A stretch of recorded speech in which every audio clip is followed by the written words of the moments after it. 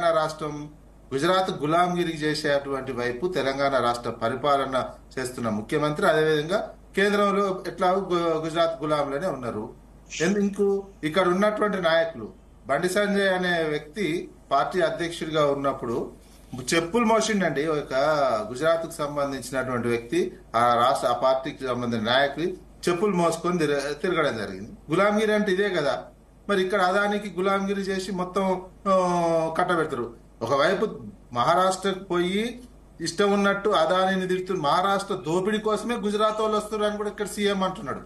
Telangana CM Maharashtra బొంబాయిని దోపిడీ చేసుకొని దోసుకోవడానికే అదాని వస్తున్నాడు, అదాని మొత్తం దోపిడీదారుడే అంటున్నాడు. ప్లస్ రాహుల్ గాంధీ అయితే దేశ దొంగనే అన్నాడు.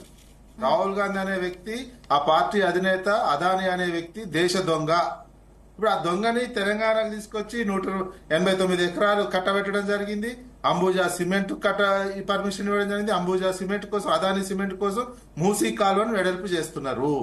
ఎక్కడ? ధర్మారెడ్డి కాలువ. మొన్న ముఖ్యమంత్రి గారు వెళ్లి పర్యటన చేసింది కూడా మూసీ పర్యటన ఈ మూసీ ప్రక్షాళన కోసం కాదు. అదాని ఉద్యోగిలాగా, అదాని కంపెనీ ఉద్యోగిలాగా ఆ కాలువను ఎంత వెడల్పు చేయాలి అదాని ఆదేశించిండు, గుజరాత్ అదాని ఆదేశించిండు, తెలంగాణ సీఎం అమలు పరుస్తున్నాడు. ఈ రకంగా వ్యవహరిస్తున్నది తెలంగాణలో ఉన్నటువంటి 2 జాతీయ పార్టీలు. ఇక్కడ తెలంగాణ సమాజమే ఆలోచించుకోవాలి. పక్క రాష్ట్రం చూడండి. పక్క రాష్ట్రంలో ఒక ప్రాంతీయ పార్టీకి సంబంధించి 16 ఎంపీ సీట్లు వస్తే దేశాన్ని శాసిస్తూ నిధులన్నీ తీసుకుపోతున్నాడు.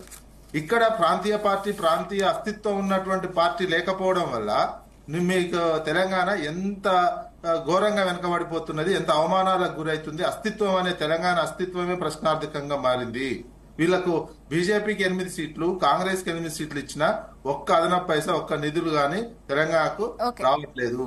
అదే ఆంధ్రాకి ఎలా పోతున్నాయో చూడండి. వద్దంటే పోతున్నాయి డబ్బులు. మనకంటే ఆదాయం లేనటువంటి రాష్ట్రానికి వాళ్ళు ఆ రకంగా వాళ్ళ మహిళలకు కూడా పెన్షన్ 4,000 ఇచ్చుకోగలుగుతారు. తెలంగాణలో ఎందుకు ఇచ్చుకోలేకపోతున్నారు? ఇక్కడ ఆదాయం పడిపోయింది, మొత్తం రియల్ ఎస్టేట్ పడిపోయింది, ప్రభుత్వ ఆదాయం పెరుగుతలేదు, దివాలా తీసిందని ముఖ్యమంత్రి అంటున్నాడు, అప్పులు గుర్తలేవని వాళ్ళే అంటున్నారు. తెలంగాణని ఒక రకంగా మొత్తం వెనుకబాటుతనానికి మళ్ళీ గురి చేస్తున్నారు. ఈ ఆదాయం రాకుండా చేస్తున్నారు. 16% పోయిన సంవత్సరంతో పోలిస్తే